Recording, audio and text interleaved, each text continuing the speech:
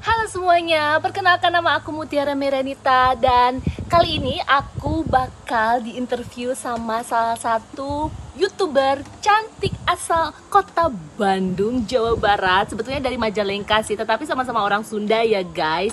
Jadi kita bakal ngobrol bareng, aku yang bakal diinterview di YouTube channelnya. Makanya kalian harus tonton video ini karena bakal menarik kisah aku, dimana aku bakal kasih tahu share ke kalian kenapa sih aku bisa di sini, gimana caranya. Karena aku kan memang sudah cukup lama, nggak lama-lama banget sih kalau dibandingkan dengan orang-orang Indonesia yang udah lama tinggal di sini. Penasaran? Ikuti terus aku dan Mbak Wati Teteh Wati ya di YouTube channelnya. So jangan lupa untuk like, share, comment, subscribe YouTube channelnya Mbak Wati dan kepoin YouTube channelnya aku juga. Oke? Yay! Penasaran? Ikuti terus. Stay tune.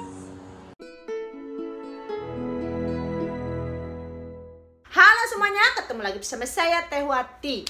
Oh, kamu jangan liatin aku malu. Gua nggak ngeliatin, Cumi. Wey, gua ngeliatin gini. Aku suka GR lah. Kamu kok lancar banget ya, aku pengen gitu. Udah. Hai semuanya, ketemu lagi bersama saya Teh Wati. Jadi di video kali ini aku kedatangan tamu istimewa ya, Mutiara Merenita. Mungkin kalian sebagian viewersku juga viewers beliau. Jadi aku akan tanya-tanya beliau bagaimana beliau sampai ke Australia. Oke, selamat datang Mutiara. Hai, salam kenal buat para viewers dan subscribers yang Teh Wati Turner. Terima kasih loh sudah mengundang. Terima kasih ya mau ditanya-tanya. Jadi aku mau tanya to the point aja ya. Iya. Gimana awal mula kamu bisa sampai ke Australia? Bikin kepo. Aduh, setiap orang kan punya jalan hidupnya masing-masing. Kebetulan aku tuh dulunya memang selalu ditanyain kapan nikah mulu gitu ya. Secara aku kan sibuk juga kerja di Indonesia gitu. Oh, kamu kerja ya dulu? Iya, emang kiranya apa? Enggak, aku pikir kamu tuh student visa. Kagak. Jadi jadi waktu di ceritanya. Indonesia tuh aku sibuk kerja gitu kan, dan memang selalu ketemu klien tuh setiap saat. Tapi kan kita kalau ketemu klien tuh cuma sebatas bisnis dan kerjaan doang gitu kan. Bidang apa? Di bidang pariwisata. Jadi aku pernah jadi tour leader, pernah bawa tour gitu ya ke beberapa negara di Asia Tenggara, terus di travel agent juga, terus di hotel juga. Berarti bahasa Inggrismu udah lancar banget. Enggak juga. Di hotel bagian marketing gitu. Jadi ketemu orang-orang bule, orang-orang Jepang, pokoknya para expat lah ya gitu. Tapi kok bisa dapatnya di Australia? Nah, kebetulan memang nggak laku di Indonesia ya. Nggak laku, sumpah. Jadi kadang kayak, masa sih lu susah dapat cowok? Ya sebetulnya cowok ya ketemu cowok sering gitu. Mungkin ngelihat gue tuh kayak nggak tahu ya, mungkin ada yang bilang galak, ada yang mungkin terlalu pemilih. Padahal gue juga sekarang dapat lakinya yang biasa aja. Sebetulnya memang dari kecil tuh memang suka bule intinya ya. Memang gue suka bule gitu kan, suka Boyzone, Westlife, zaman boy band gitu ya. Kalau lagi suka boy band kan kalian mungkin suka Backstreet Boys, Westlife, Ronan Keating kayak gitu-gitu, tahu kan? Aku Backstreet Boy itu karena aku kan anak 90-an. Anak 90-an ya, yang lahir tahun 85, tahu banget lah boy band itu lagi booming-boomingnya. Nah, pada saat itu tuh aku selalu ditanya kalau lagi lebaran tuh kapan lu nikah? Kayaknya malas juga gitu. Dan kebetulan ada tante dan om aku yang memang lagi kerja di sini gitu kan. Terus tapi dua-duanya Indonesia. Jadi memang om aku itu dia kerja di BNN juga. Dia dokter kan. Iya, dia dokter. Terus udah gitu ngelihat mungkin aku suka curhat ya, dan dokter di sini. Enggak, jadi dokter di Indonesia tetapi punya kesempatan untuk kayak sekolah. Bukan sekolah ditempatkan kerja. Ditugaskan di sini gitu, dengan memberantas kayak penyuluhan, seminar mengenai narkoba segala macam gitu kan, Badan Narkotika Nasional kan. Gitu. Terus udah gitu aku bilang ya udahlah, kenapa enggak gitu. Cuman kan satu sisi ya aku harus meninggalkan kerjaan aku kan gitu, yang memang aku udah tahu nih siklus hidup aku tuh yang pasti bakal bangun tidur, kerja Senin sampai Jumat, Sabtu gitu kan. Sabtu tuh setengah hari kan kalau kerja di Indo, terus paling Minggu istirahat, terus pasti aja bergulir kayak gitu-gitu juga ya. Kayak Belum macetnya, Bo, gitu kan. Mau kemana-mana. Karena kamu di Jakarta waktu itu. Aku di Jakarta gitu, jadi mau kemana, mau ke Bandung, mau ke Jakarta, pokoknya sekitar itu tuh udah kayak hidup kita tuh di jalan raya ya, gitu. Jadi kalau mau ke tempat satu ke tempat lain tuh kayaknya udah hektik dengan kemacetan gitu ya, dan ya aku udah nggak ya. Pantesan di sini kamu bilang kamu suka kesunyian. Iya, terus udah gitu akhirnya ya udah aku decide, ya udah lama pengen tahu gitu, gue cari laki aja gitu, cuman ya gambling juga sih gitu. Maksudnya emang ke Australia itu bener-bener cari jodoh? Cari jodoh, iya. Oh wow. Cari jodoh pakai visa turis gitu. Maksudnya emang ke Australia itu bener-bener cari jodoh? Cari jodoh, iya. Oh wow. Cari jodoh pakai visa turis gitu. Jadi om tante aku yang menyediakan, maksudnya memfasilitasi ya tempat tinggal tuh bareng dia. Invitation juga dia. Iya, jadi dia bikin surat undangan, terus bahwa orang ini tuh, karena kan Australia cukup ketat kan, orang ini tuh datang ke sini saya yang membiayai dalam setahun loh gua di sini, liburan doang toh. Tapi maksudnya langsung dapat setahun apa bolak-balik? Dapat setahun. Kan biasanya setahun tapi 3 bulan. Iya. Nah, aku dapatnya yang single entry. Jadi satu kali masuk, kalau lu setahun? Iya. Kalau lu keluar lu harus apply lagi. Oh, wow, dapat setahun. Iya. Wow. Jadi berarti emang mungkin dia rezekinya di Australia. Jadi aku tuh gambling tuh pada saat itu. Jadi pada saat ya udah lu kesini aja kata om tante, kita bantu untuk invitationnya, surat undangannya. Terus gue bilang, oh gitu ya. Cuman aku mikir-mikir lagi ya, iya juga ya. Lagi pula kalau nggak ada kesempatan itu toh, om tante aku kan cuma 5 tahun ya, dia ditugaskan di sini gitu. Okay. Dan itu baru tahun pertama gitu. Terus dia bilang kalau memang lu suka, lu lanjut gitu ya, maksudnya ya adaptasi dulu lah setahun itu situasinya seperti apa, karena kan kita juga nggak tahu kita bakal betah atau gimana gitu kan. Mereka tinggal di North Sydney dulu, di masih kota, maksudnya masih kota. Sydney. Iya, masih kota. Nah, pada saat itu tuh langsung aku ya udah minta izin sama nyokap gitu. Terus nyokap cukup kaget kan, karena pasti aku harus ninggalin beliau gitu ya, otomatis kerjaan harus kelarin gitu ya, harus nggak kerja lagi, terus biaya hidup gimana gitu kan, itu udah complicated. Terus gue bilang ya udah nawa itu aja lah ya gitu. Jadi gaji aku semua tuh udah pure buat nyokap gitu. Terus aku langsung terbang ke sini tuh ya, aku langsung resign tuh dari tempat kerjaan 1 hari, sampai orang-orang kayak nggak mungkin lah lu bisa bertahan gitu setahun gitu, paling ntar juga balik lagi lah paling. Ya orang-orang tuh pasti nganggapnya gue nggak akan betah lah. Akhirnya ya karena niat kita benar gitu, jadi pada saat aku datang ke sini tuh ya memang aku ngeliat situasinya kan di sini tuh cukup sepi juga ya, meskipun di kota kan, gitu kan. Secara mall-mall aja beda jauh sama beda Jakarta, jauh ya. Mall aja tutup jam 5 sore guys gitu. Jadi pokoknya. setelah jam 5 tuh bener-bener nggak ada kehidupan, yang dimana kali kalau ada kehidupan cuman restoran-restoran aja udah, that's it gitu. Dan dari situ tuh dari bulan pertama, kedua masih oke lah, aku masih ngerasain aku kayak turis pergi ke sana ke sini gitu kan. Terus kalau om dan tante aku lagi kerja gitu, aku suruh ya udah ya sama kayak suami Mbak Wati gitu, disuruh mandiri gitu. Lu belajar sendiri, nih gua kasih map, nih gua kasih ini coba deh supaya bahasa Inggris aku juga terlatih gitu. Terus kepercayaan diri aku juga, dan memang berasa banget aku kayak setahun itu kayak di karantina lah ibaratnya ya. Jadi kayak ngerasa pastilah kalau gua kayak anak mami gini tuh kan kadang ngerasa aduh udah 2-3 bulan gak ketemu orang tua, pasti kangen gitu ya. Cuman ya setelah melewati 4-5 bulan memang aku kayak ngerasa gue gak ketemu ya cowok gitu ya. Gak ketemu jodoh. Emang dia niatnya gitu cari jodoh. Ya, terus udah gitu ya kangen ada gitu. Dan udah bulan ke-6, ke-7 gitu, kadang ya kita pesimis juga ya, maksudnya. Jadi kamu nggak kerja? Enggak, totali enggak. Karena kan ada juga yang kayak ya karena kita nggak boleh kerja. Karena om gue nggak akan ngasih. Kayak suamiku dulu waktu masih nggak boleh. Iya, di sini guys kalau lu nyumpet gitu ya, bener-bener kerja, nanti orang yang mensupport ya kayak om dan tante aku yang ngundang lu ya itu yang kena, bener. bisa kita dideportasi dan bisa orang itu juga deportasi gitu, karena Makanya satu suami bukan iya. Jadi kalau datang ke sini visanya memang tidak boleh bekerja, udah jangan sekali, meskipun itu kerjaannya misalnya cash in hand gitu ya, ibaratnya cuman ya jadi waiter atau langsung bayar ya bersih bayar tunai gitu ya, digajinya itu jangan karena kalau udah ketahuan kitanya yang bahaya. Dua-duanya bahaya. Terus udah kayak ada printnya gitu, langsung ada historinya. Di saat nanti kita apply, mereka ngeragukan lagi gitu datang ke sini. Itu sih yang bener-bener strict banget aturan di sini. Dan akhirnya pada saat aku ya di bulan 7 ke 8 lah gitu, kadang-kadang aku suka nganterin dokumen gitu ya ke gedungnya tempat kantor om aku, anterin dong dokumen gini. Nah 1 atau 2 bulan aku lupa, pokoknya bentar lagi visa aku habis, aku ketemu suami aku.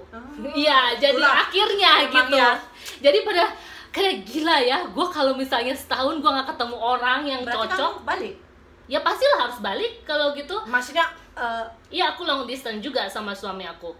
Iya, jadi pada saat itu tuh aku, waduh, udah ini ya, udah udah deg-degan juga karena gue nggak dapet gitu ya, nggak dapet cowok gitu. Masa dapat target? Masa di Indonesia nggak laku, gue di sini juga nggak laku gitu kan gitu. Jadi gue, aduh gila, gue nggak laku ya, bener-bener deh.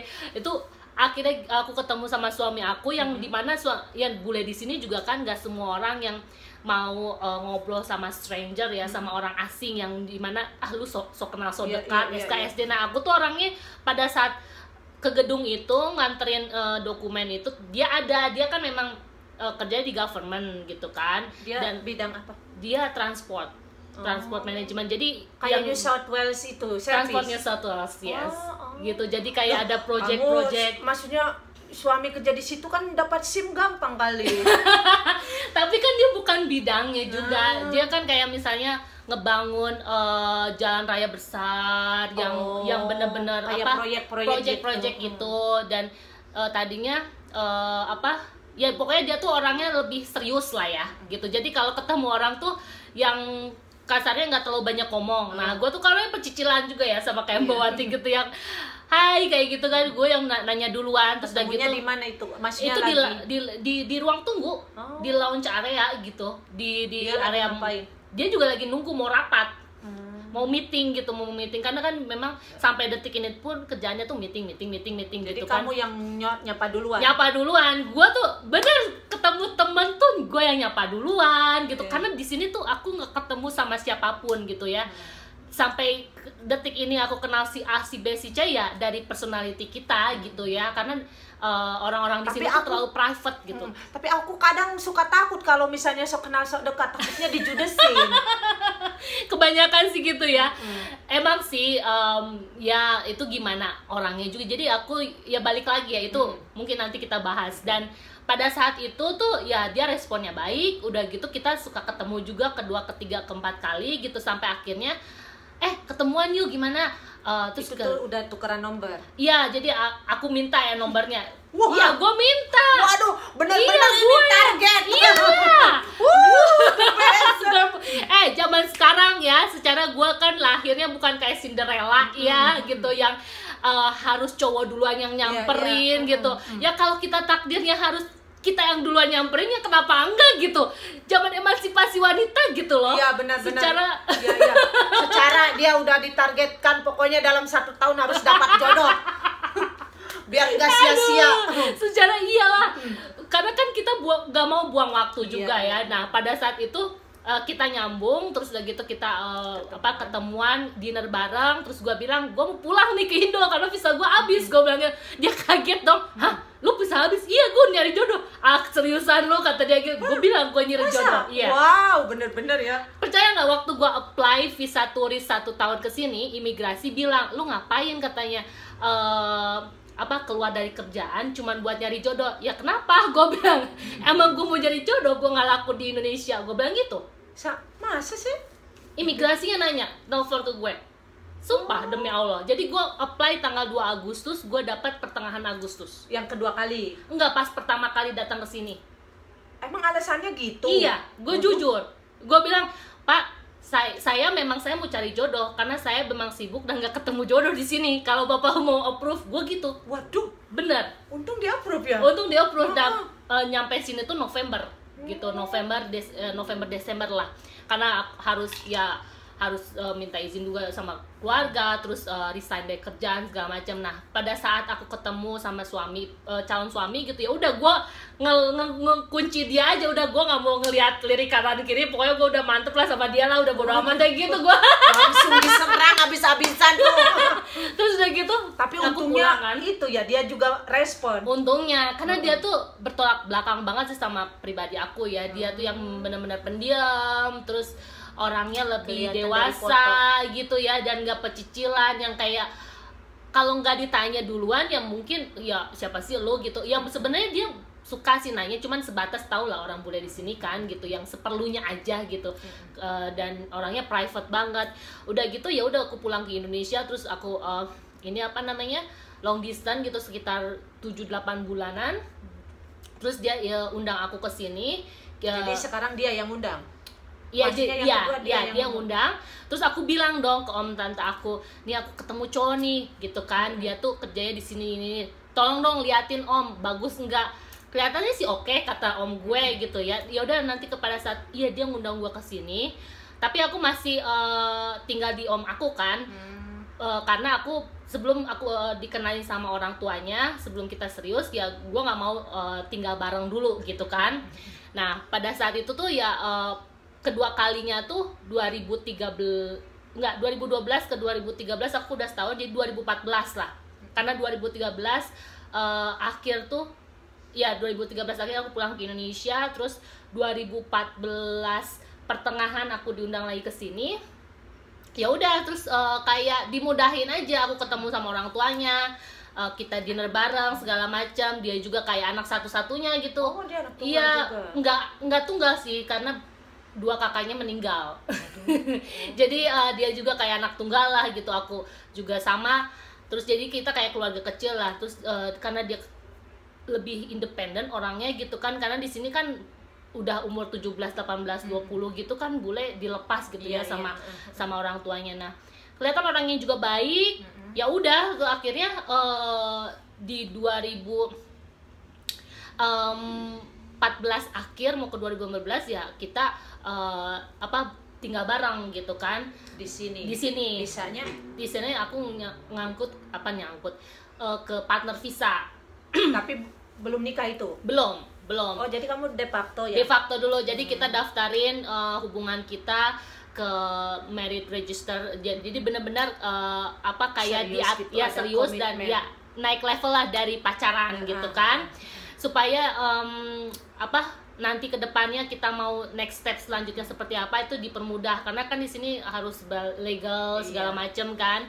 Dan aku juga nggak bisa bergantung ke Jadi kamu om pakai sama PMF ya, Proprestic yang marriage gue nggak visa? tahu, iya mungkin ya. Iya. Gue udah lupa lagi mbak. Terus udah gitu ya om tante aku balik ke Indo, terus ya aku Mereka jalan udah di nggak di sini, sini? udah nggak di sini. Terus aku jalanin sini, terus aku tetap ya berhubungan secara biasa lah. Nah kita memutuskan nikah tuh 2016 Desember, dan itu pun ya kadang orang-orang kan berpikir wah lu hamil duluan apa Iya, segala pasti. macem ya gitu, karena udah tinggal bareng segala macem.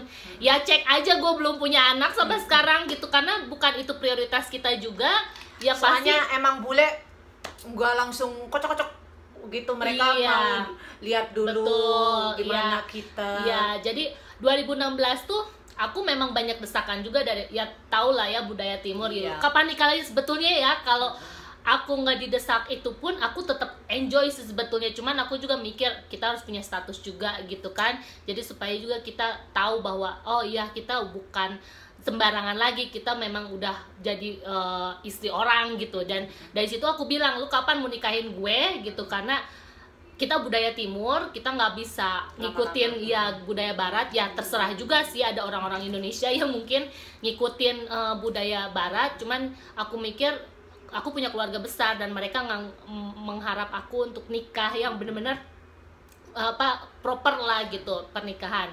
Terus dia ya udah dia tuh karena memang ya seperti yang Kang Brad juga gitu ya yang suamimu juga gitu, yang dimana kalau bule tuh udah percaya, udah tahu kita seperti apa, ya dia juga pasti bakal ngikutin kita gitu sih. Jadi dan dari situ pun aku dapat temporary resident, udah bisa bekerja, terus langsung ke PR, terus ya udah kita ngerasa hidupnya